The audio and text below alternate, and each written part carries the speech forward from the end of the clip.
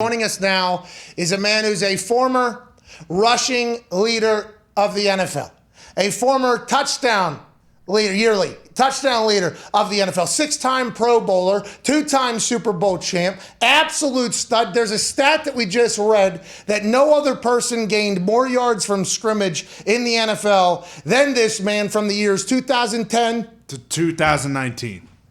That's a Hall of Famer, isn't it? Oh, yeah. Ladies and gentlemen, LeSean McCoy. Yeah! Hey, you guys made me sound pretty good. I like this, man. Appreciate that. Hey, that's no bullshit, brother. I mean, you were an absolute stud, and I don't think, obviously the conversation wasn't this, but coming out of college, I got to see you at Pitt, obviously, in the Big East, and you were, all right, chill, all right? Hey, listen, you need to relax. And they just posted Darrelle Revis's punt return.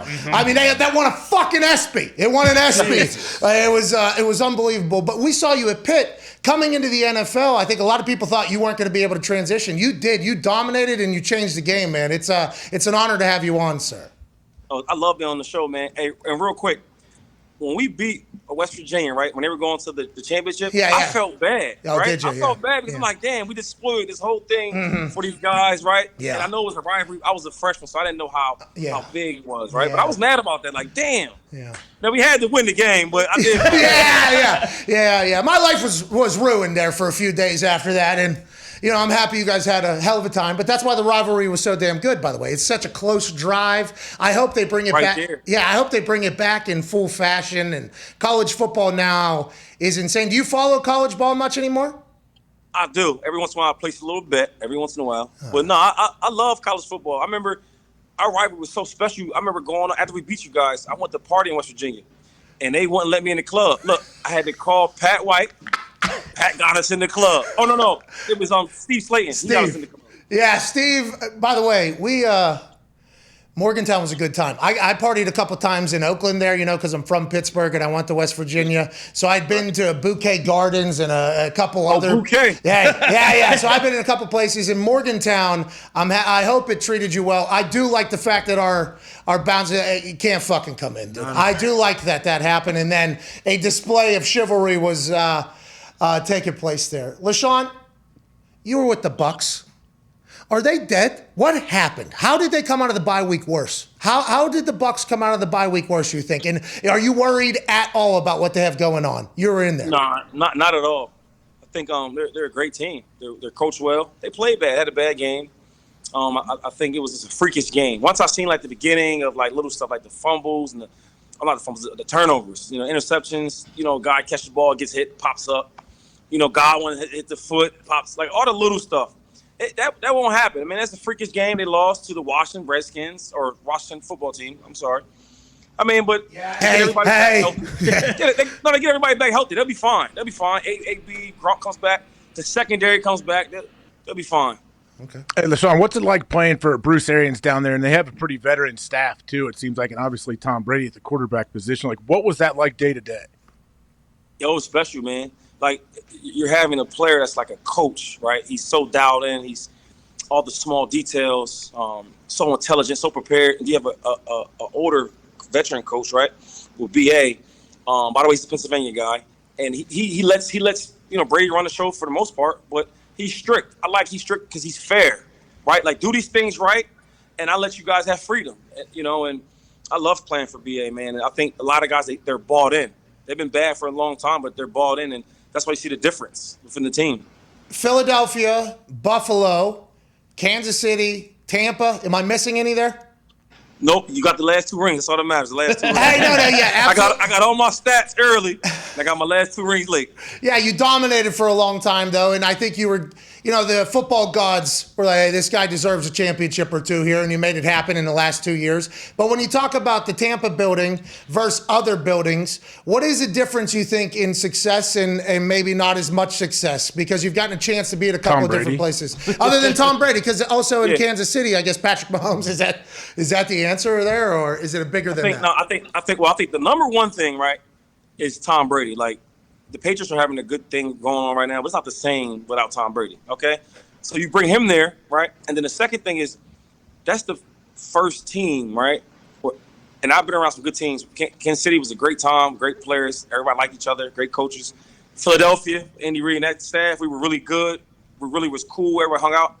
The Bucs is the only team where everybody get along. Like the backup players, the starters, the practice guys, the kickers, especially everybody. We all get along. We love it. Like they enjoy being around each other. Till this day, I still text all my boys, all my guys. That's why they're going to be so successful. They love being a team together. Is that, you think, because a lot of them are at the tail end of their career? Because I think, and this is not obviously everybody, but I think a lot of people potentially have this career trajectory where you come into the NFL, I'm in the NFL. Okay, holy fuck.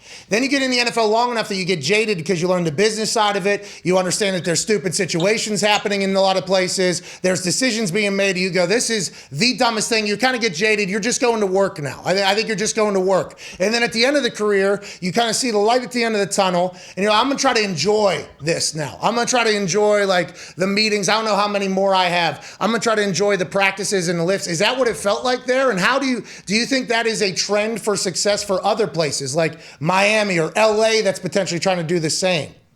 Well, I think to be bought in, right, to a team, you got to have something to be bought in for, right? And I think that goal they have is reasonable because they won last year, right? But Brady made it such a special moment where, like, yo, this is what we're going to do, right? You can see it. You can touch it. We're going to win games. We're going to practice together. We're going to be prepared. Like, he made it fun for everybody to love to be a part of, playing ball. It's bigger than just scoring touchdowns. Like, they really have a real chemistry and a bond. And I think how you get that is you have, like, a real goal that you can achieve. And I think when players really believe that goal, it means something. You've been on bad teams where we just can't win. So to be bought in is like, okay, come on. But there's, like, it's reasonable. We can win, and we can have a dynasty team. And you see it. I think that's what makes that team go. That's what makes that team a real team. And that's why you have zero, you have the utmost faith that they're going to get it right because of that. That is the ultimate X factor, and that's the difference between good teams and great teams. I think you can't measure it. How much does everybody get along? How much are they playing for each other as opposed to just next to each other? That is a real thing, I think, whenever you're building any type of team. Let's talk about a team that I think has been tight through a lot of adversity, LeSean. This past offseason, obviously the Aaron and Green Bay Packers situation was loud, okay? We were right in the middle of it. It might have been louder for us than for everybody else, but that shit was loud. They were talking about that everywhere. Every pundit had an idea. Aaron's not happy. He never said anything. He comes back, and this is after he did an interview where he said, I love my teammates, I love my coaches, and they've almost rallied together in that, almost like a bunker mentality.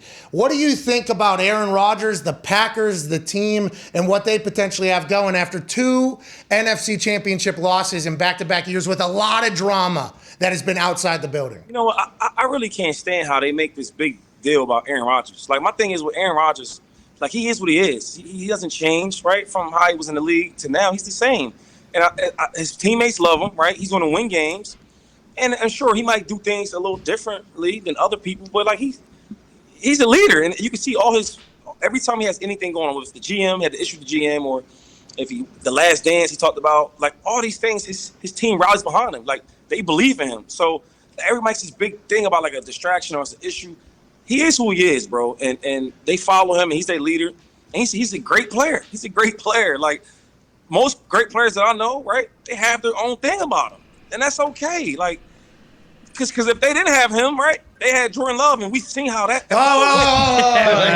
Jordan Love just taking ricochet shots since. I'm just saying. LeSean, listen. Hey, think about Jordan Love, dude. Draft night. Okay, he has that moment with his family. Puts the hat on. He's excited. Then he opens his phone, and he's immediately being compared to Aaron fucking Rodgers. Like, that is his entire. What a life, that guy. What a life. I'm just saying, like, bro, you gotta. It's some good and bad with everything. Any relationship, work relationship, relationship with your lady, whatever. Like, yo, here's what he is. And I respect Aaron Rodgers because he doesn't play that game. Like, listen, bro. Like, even his little, like, apologies, like, hey, I'm sorry for if I misled you. You know what I'm saying? Like, I'm not sorry, but I'm sorry if I misled you. And that's who he is. And that's okay. Because we need him in this league for the league to be the NFL. And I love watching him every Sunday or Monday or Thursday night. I'm betting on him because I love the way he plays. Yeah. LeSean, do you think it's possible to have an elite football team that is contending to win the Super Bowl to where everything doesn't run through the quarterback, to where that quarterback is far and away the leader of that team and it kind of goes through them? Well, that's how they build it up. I think, like most teams, the quarterback is the main guy. He's the guy that you follow. That's why he gets paid all the money, right? No matter if a guy can be average, but if he's a leader, they're still going to pay him because we want you to lead this team. You're the captain. You're the pitcher. You're that type of person. So I love that they have it like that. I think only time it doesn't work like that if you have a great defense with great leadership on the other side, and you have a solid running game with a manageable quarterback that can manage the game. If you don't have that, then you need a pretty big leader as a quarterback to lead this team. Isn't it interesting that in the locker room, though, in the quarter, you only go as the quarterback goes. We all know they touch it every single play. That is just how it's going to go. Even if it's a run team, checking which way the ball, the quarterback is going to be important. But there's some teams where I don't think the quarterback is necessarily, like a lot of situations probably, where the quarterback is not the vocal leader of the locker room and everything like that, but you got to be able to respect the quarterback. I think that's a big deal. For instance, LeSean, in Indy right now, Jonathan Taylor's a fucking guy. Hey, he's a fucking guy. He got introduced last. I was at the game. There was a Thursday night football game against the Jets 2 weeks ago, and intros were happening, and it was the offense. Carson Wentz got introed, and I was just watching. I was like, oh, that must be it. And I was like, oh, shit, no. Jonathan Taylor got introduced last, right? Like, this guy's coming in, and it's his show. It's the way it is. So when AJ, it's his show. He's the man. Could he lead? You think that team could go? They keep feeding him? Listen, he's the real deal. Like, let's not get it crazy. He's probably, in my opinion, if you take away the injuries, he's top 3, yo. Right now, he's young. I never do that with the young running backs, but he's top 3. He has talent. Like, he's fast, he's strong, he's physical, he's shifty. They can follow behind him, I think so. But this is how the NFL works. Like, for example, if he doesn't play, right, it's a big deal. But they make a bigger deal if Carson Wentz doesn't play, right? Or if he has 2 fumbles that doesn't play well, 40 yards on 22 carries, a fumble or so. That's a big deal, but it's not a bigger deal than Carson Wentz, 2 interceptions. You see what I'm saying? Throwing a lefty. He's the main guy. So the quarterback is always going to be the main win or lose, answer. I think with the NFL, that's how it works. It's some bull, but it is what it is. And there's $500 million being paid to those guys, so it's almost like, hey, you're going to get all the winning and all the losing hate, and you just got to deal with that whole thing. Go ahead, Tom. LeSean, so in Baltimore, Latavius Murray, Devonta Freeman, Le'Veon Bell, they're all 30 years old. Devonta Freeman's looking good. Latavius Murray's looking good. Why do you think, and Lev arguably had the best career out of all those guys so far, why do you think Lev was the odd man out and getting cut in Baltimore? I can't answer that. I'm not sure. I don't know. I don't know.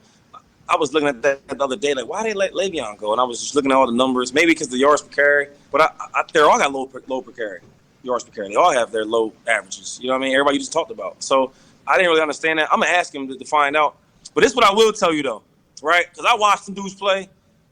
I can go out there right now and give you some yards right now. Right there. I was about to say, hold on. I now. was about to say, as you got older, what did you notice in your game? Did you know what went first? What did you notice as you got older? What did you have to evolve and change in your game as you got older?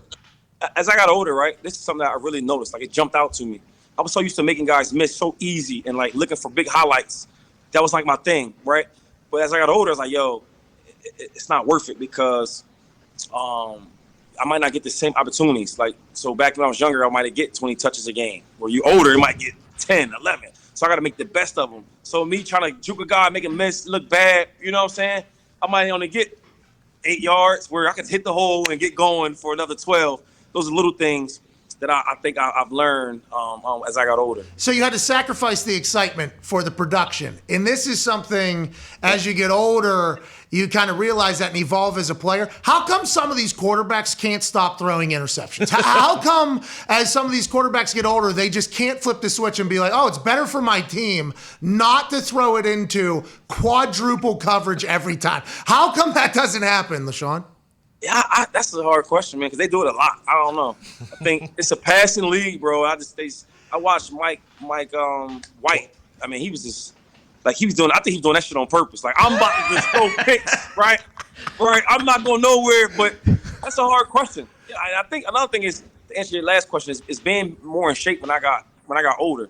You're younger, you can just get up and just run and roll.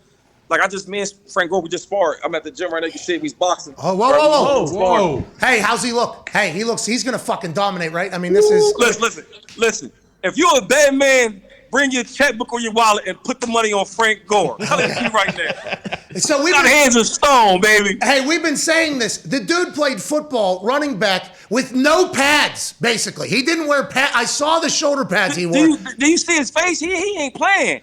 Look, man, he ain't playing. Listen, he ain't playing. So we train every year, and then we just started boxing. And he's good, bro. You'll see. Watch. I'm going to the fight. How long has he been training, you think? And is this something he's been looking forward to and excited about? And he also came out and said, hey, if any teams need a running back, I can still do. I'm in great shape right now because of this boxing. Listen. Hey, by the way, right, I can run the ball too.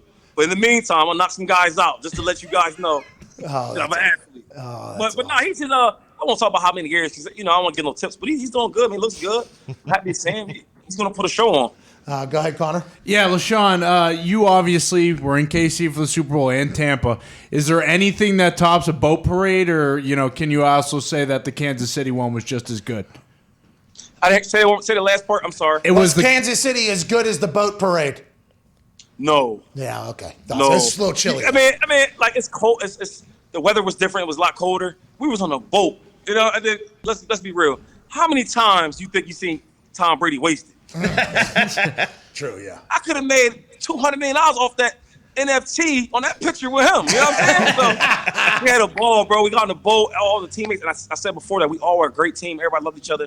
There was a lot of stuff going on I can't talk on the air about, but we had a great time. Great time. Look. Coaches included. Oh, okay. All right. So we don't need to burn every bridge, I guess. Go ahead, Todd. LeSean, what about a team like the Titans? Do you think, like, they've continued to win without Derrick Henry, but he's like, he was accounting for 75% of their offense. Do you think they'll be able to keep winning with him being out for an extended period?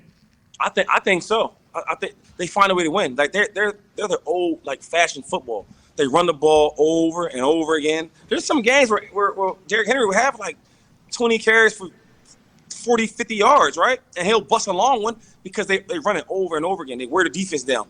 Their defense plays very well. They get turnovers. They play physical. They stop. That's what they did with the Rams. They just play physical. And then Tannehill, bro, he plays solid enough. He controls the game. Like, he's one of the best game managers I've seen in a long time since probably Alex Smith. So I think that team is there for real. Before I didn't believe so, but I got to tip my hat to them. They're pretty good. That was always the saying about that Tennessee Titans offense with Derrick Henry is it doesn't matter how successful the run is in the first half. We're going to keep doing this because in the third and fourth quarter, they're going to be so beat down that one of these is going to go. As a running back, can you see it in a team whenever they can't take it anymore if you guys are running all over them? Like, for instance, the Niners the other night against the Rams. I assume they all knew, like, hey, we can just physically dominate this Rams team. Do you have that feeling? Is there conversations about that? For sure. I think they knew, right, that we're going to physically beat the hell out of them. They showed it. That they ran the ball all game. And it isn't like my style. See, like, every style is different, but when we have a team where we run the ball a lot, I can see it. And it works for me because I'm not like a bruiser. So when I know you're tired, I'm going to the side. I'm in the edge. I'm outrunning you, right? I'm cutting back because you're fatigued. You're tired. You're getting double-teamed all night. Then guys run it to the left. Then they play action. They're rolling out to the right. AJ, you know how that is. Like, you chase somebody over and over again. It's third and short, third and 3, third and 2. You got to get a stop. Oh, they get another first down. You know what I mean? You got 3, 4 more downs over and over again. It's like a snowball. It's like a snowball rolling downhill, and you can't, whatever you try to do defensively, you're like, all right, here we go. Let's load up. Boom, they run a counter or something. The dude's wide. Like, it's a brutal thing to be on the other side of if a team can run and you can't stop them. It's tough, but like a guy that can't be stopped, Nick Chubb. I saw something where you listed your top 3 running backs right now, and Nick Chubb. I don't know if he was 1 or 2. He was in the top 3. He was one. He was one. Okay. Would he get more pub nationally if he was louder and celebrated more, and he wasn't such just a? Seems like he is the most driven, focused professional. I will say this though, like, I've never heard the man talk. I've never heard him talk. He was good on this show. Yeah. Then he came on. He was good. He gave us a great conversation. Yo, he doesn't.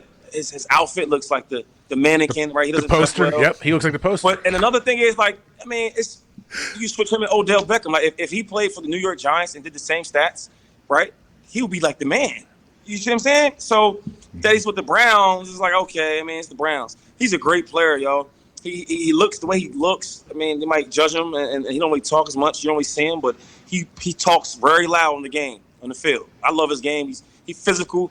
He's tough. He has good eyes. A lot of running backs don't have good eyes, and he has good feet to be that strong. So he's for real. Do you go into a game thinking if you break that first level, like there's nobody on this team that can catch me? For instance, it feels like whenever Chubb gets through, he doesn't get caught. He's gone. Jonathan Taylor, same thing. Is there some games you go in and you're like, okay, if I can get through this first wave here, it's off the races? And then is there some places where there's like a very fast team that you change the way you run or anything like that? Yes, I think the team base, depending on like okay, for example, so like the Rams, you got to run at them. They're fast up front, and they're fast linebackers. So you got to go right at them. There's some of the teams that's bigger, stronger guys that are not as fast. I always think about the team and like who I'm going against. My mindset, the first guy is always going to miss. So I would run the ball, and defender's coming. I don't even see him. I'm looking at the next dude because he's going to miss me. So I'm trying to think, how can I miss him to make him, go deep? How can I get a break along one? So I think a lot of them guys, man, especially like Chubbs, he knows that the secondary don't really want to tackle him.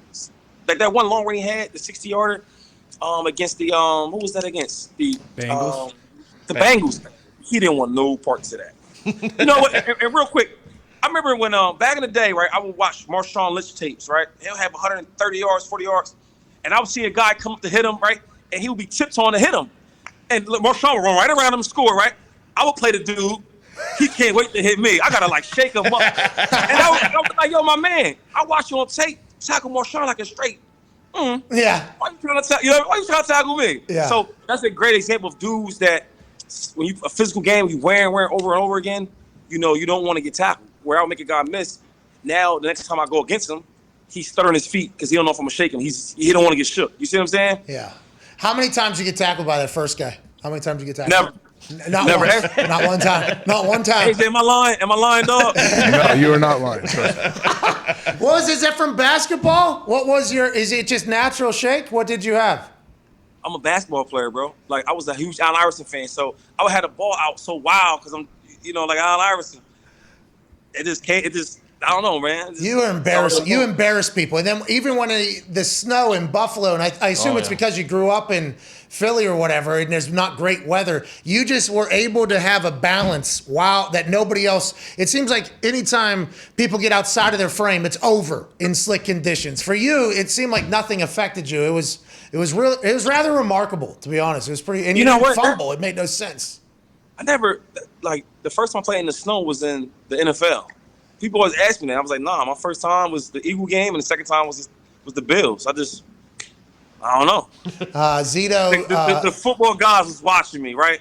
Achilles and Hercules prayed for me. Achilles and Hercules. Zito told me in my ear before we get you out of here, and we can't thank you enough for joining us straight from the gym after sparring with Frank Gore, who will be fighting Darren Williams. Yep. Mm-hmm. In a couple. Hey, Darren, he look kind of chubby, man. Like, I think you seen him? He had like a little wedgie and all that in his stomach. Man, look, it's easy win for Frank Gore, baby. Let's get it. Hey, I thought the height differential was going to be different. NBA guy, NFL guy, and it wasn't as big as I thought it was going to be honest. So I don't know about the reach either. Yeah, he's taller. He's taller. Yeah, certainly taller, but I thought it was going to be like much. No, I think D-Well, he was like big. He was a big point guard. You know what I mean? He wasn't really super. He like 6'3". Yeah, I can't wait to watch it. By the way, Frank Gore played football with no pads for like 20 years in a position where you had to get hit. No shirt, no socks, no knee pads. No, the original CTE helmet. I mean, it is. Right. This dude is, just an absolute boulder. Zito says he has a photo before we let you go that they found on. Oh, AJ. Ooh. No. I think I made that tackle. I think he got me though. He might have got me. I think on that one. I think so. Really? Probably By the way, horsepower. I had about 145 that game. Just to be honest. I'm glad it wasn't 245. Seems like it could have been if you didn't He make got me that tackle right there. Oh man, that is awesome. LeSean, thank you for joining us. You absolutely crush today and for us, so we appreciate it so much, man. Yep. Thanks for having me, guys. Yep. I love your show, man. You guys work well together, brothers. Oh, us, me and him. Yep. You like the crazy wild one. He's like the conservative, chill, relax. There we go. Toxic. Yeah, The adult. I'm the adult in the room. Thank you. Ladies and gentlemen, LeSean McCoy. Thanks, man. Thanks, LeSean. Hey, don't be trying to spin his words, okay, into a shot. I don't think that was happening there. That was a little bit rude. That's not a shot. Hey, guess what, though? There's no adults in the world. You know that. Oh, yeah, as we grow older, we do learn that those who we thought maybe were the responsible ones aren't. Yep. So responsible. That's crazy, but LeSean, unbelievable. I mean, that's a great conversation. Go ahead, Tom. Age, would you rather, like in your career, would you rather go against a back like him or against a back like Frank Gore? I honestly used to think about that. I think it depends on the day. Sometimes I'm like, all right, I don't want to chase this dude around, and then some days I'm like, all right, I don't want to even touch Frank Gore, so I want to try to chase the scat back around. So just like the running back probably feels faster some days, and a quarterback feels like he's throwing the ball better some days, even at that highest of high levels, was there some days you showed up and you're like, oh, I feel fast today? Like, was there any of that? There's definitely days you feel better than others, absolutely. When it comes to game day, yeah, that happens. So for me, my leg would feel stronger some days. Like, oh, the ball seems to be flying today a little bit differently. And then you look at the stats and it's like 0.001 yard different. But in my head, I'm like, oh, it seems like it's really going. For you, was that what the body felt good? You felt quick? You felt smart? Like, was there a different feeling? Yeah, like all of a sudden you've been playing in cold weather forever, and then you find yourself in Miami at warm-ups. Like, geez, this is amazing. I feel like I'm 15 again. Like that kind of stuff definitely happens. But then, second quarter starts, and you're looking at it like, we got 3 quarters left. I am so tired. I can't breathe. It is the hottest I've ever seen it. This is really thick air, isn't it? I mean, this is unbelievable. That is. Hey, because you were so good at football, and we forget that because the toxicity that flows out of your mouth. That's right. You know what I mean? I think we're talking about LeSean McCoy's stats with how much he has done. And it's like, oh, this guy's a Hall of Famer. Yeah. We get to talk to a rock for brains guy every single day. That should probably be in the conversation at least as well. That's right. And you never, ever would say that, ever, which is another reason why let's put this guy in a goddamn Hall of Fame. That's right. Right now. Oh, no, Zito sent me a pic. All right, we're back. I made that one, Zito. Is it no tackle? He had about 145 that night. Yeah. I did have 145 that night. He does. Shoelace tackle, I bet. Hey, AJ. What's up? Thank you for your service, dude. Hey, this is a playoff game here. We won this one to advance. Well,